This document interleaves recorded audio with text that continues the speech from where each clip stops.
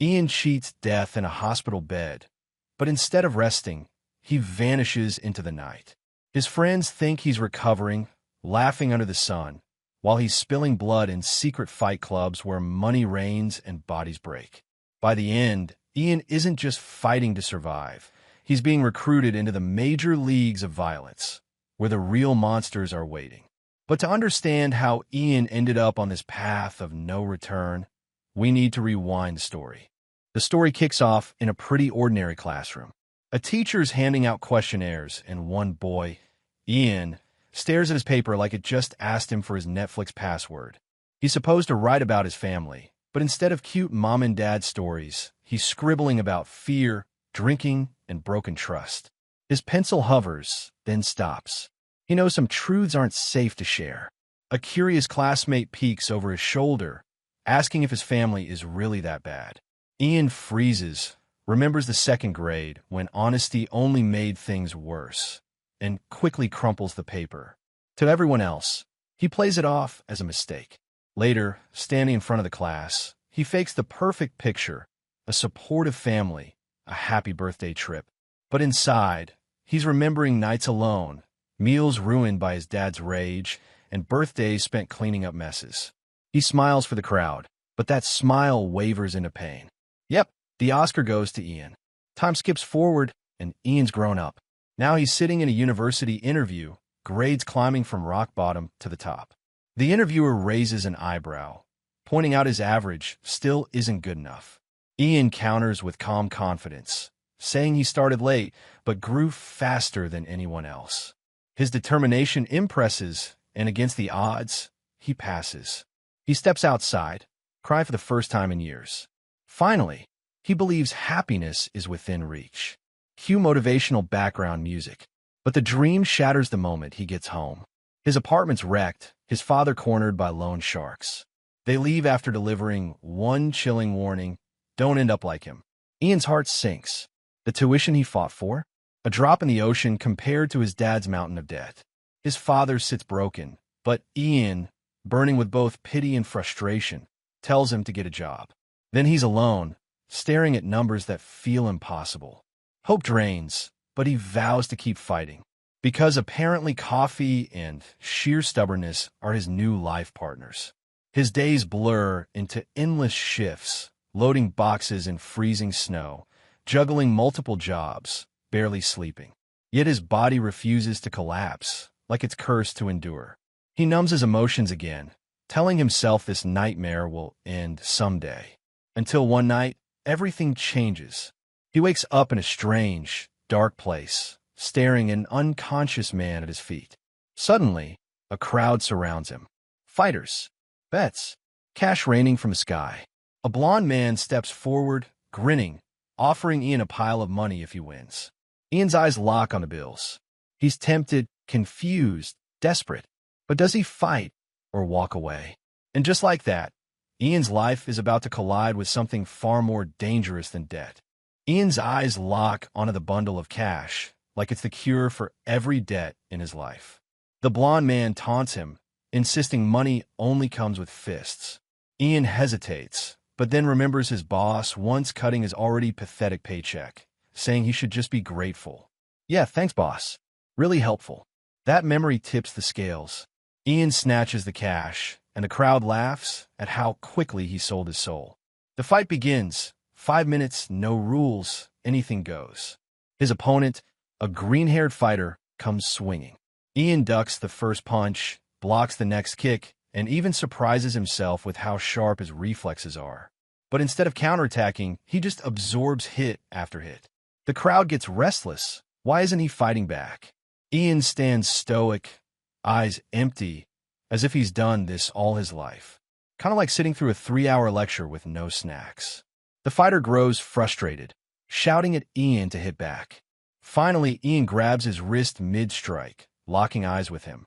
But when the kicks and knees land, Ian's face is bruised, bloodied, yet he doesn't collapse. Memories flood back, his father's drunken rage, doctors explaining his strange condition, how his body can't process pain like others. A childhood of silence and empty eyes. His father ignored treatments, too busy counting money. Parent of the Year award, right there. Back in the ring, Ian doubles over after a brutal hit, clutching his stomach. But then something changes. He remembers a counselor asking if he could breathe when life felt too heavy. Ian's answer? He just stops. And now, in the fight, he realizes even without breath, sleep, or rest, his body just won't quit. His eyes sharpen. He's ready to strike. The green-haired fighter charges, thinking Ian's finished. But Ian suddenly unleashes a storm of punches, faster, harder, relentless. Each blow shocks the crowd, who wonder if he's been pretending all along. His opponent scrambles to defend, but Ian only gets stronger, faster. With a final move, Ian ducks under a desperate swing and launches an uppercut that sends the man crashing to the ground. The arena falls silent. Ian stands, bruised but unbroken, towering over his fallen opponent. Not bad for a guy who was supposed to be an easy payday. And just like that, Ian isn't just another desperate kid anymore. He's something far more dangerous.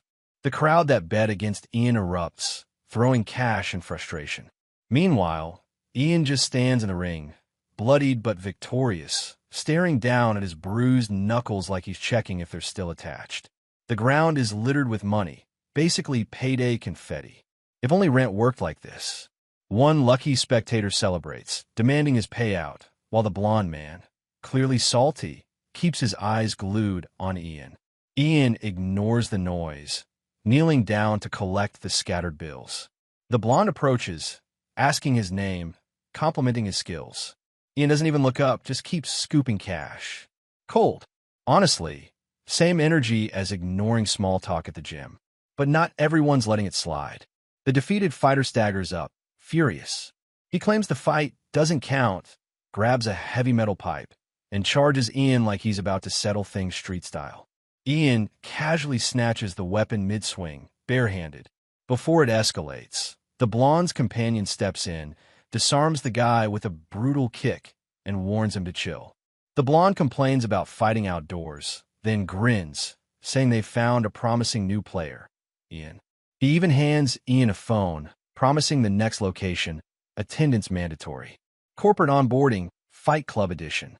Once the group disperses, the companion lingers, asking Ian if he's a college student and why he's so calm. Ian insists it's his first time here, just an accident. The man studies him, then warns, don't show up again if he wants to live. Everyone comes for money, but this place? It's dirtier than it looks. He calls it a trap you can't escape once you're in. Ian agrees, but deep down, both know the hook is already set. Like downloading one free mobile game, and then goodbye paycheck. Left alone, Ian wanders through the night. He feels like he just woke from a dream, fought a stranger, made more in minutes than he usually makes all day. But the bruises remind him it's real. He pushes it down, the way he always does, and keeps walking. At a convenience store, the clerk recognizes him, concern flashing across her face as he silently buys water. Ian doesn't engage. He's already back in survival mode. At home, his father greets him with anger for disappearing all day. Ian calmly drops his bank book and cash on the desk. The money shuts his father up instantly, who snatches it and walks away to his room. Ian slumps to the floor in silence. For a rare moment, the house is quiet, peaceful. He closes his eyes, finally resting. Cue 5 seconds of bliss before life ruins it. A phone buzz cuts through the comm. It's his part-time job calling. And just like that, Ian is back at the parcel service, stacking boxes on autopilot, his face blank. Days blur. Then the scene shifts, a bright university campus. Students chat in lecture halls, gossiping about a mysterious classmate who never shows up to events. No one knows him, until one girl quietly reveals the name. Ian. In class, students gossip about the mysterious name on the roster. Ian. One girl admits she went to his school, but insists they're not close. Her friend suggests inviting him to their gathering, but she shuts it down, saying he only does what he plans and doesn't care about anyone. Basically, the human version of Do Not Disturb mode. Meanwhile, Ian's boss cancels his shift, car trouble ruining the day's work. Ian sighs, stuck with unexpected free time. What he doesn't know is his boss is under fire too. His own colleagues accuse him of paying Ian while everyone else gets nothing. The boss defends himself, saying he couldn't scam a kid just starting out. Rare sighting, one decent adult. Back in class, the group spots Ian. One guy, Gunsu Park, decides to take initiative and invites him. Ian politely refuses. No plans, no motivation, and most of all, no money. His wallet is emptier than his sleep schedule. Gunson notices, insists Ian doesn't need to worry about costs, even promising a student council discount. Against all odds, Ian shows up at the party. Miracles do happen. At the restaurant, Gunsu tries to keep things light while Ian quietly eats. But a blonde upperclassman zeroes in, grilling Ian about why he came if he's not drinking. Ian answers calmly that he just doesn't like alcohol, but the guy keeps pushing, pouring him glass after glass. Ian hesitates, then, almost with morbid curiosity, downs it. He wants to understand what his father felt when drowning in liquor. The taste is vile, the memory's worse. Still, the pressure doesn't stop. Peer pressure level, boss fight. The upperclassman gets drunk and aggressive, wondering why Ian looks completely sober. When Ian stands to leave, the guy yanks his sleeve. That's the trigger.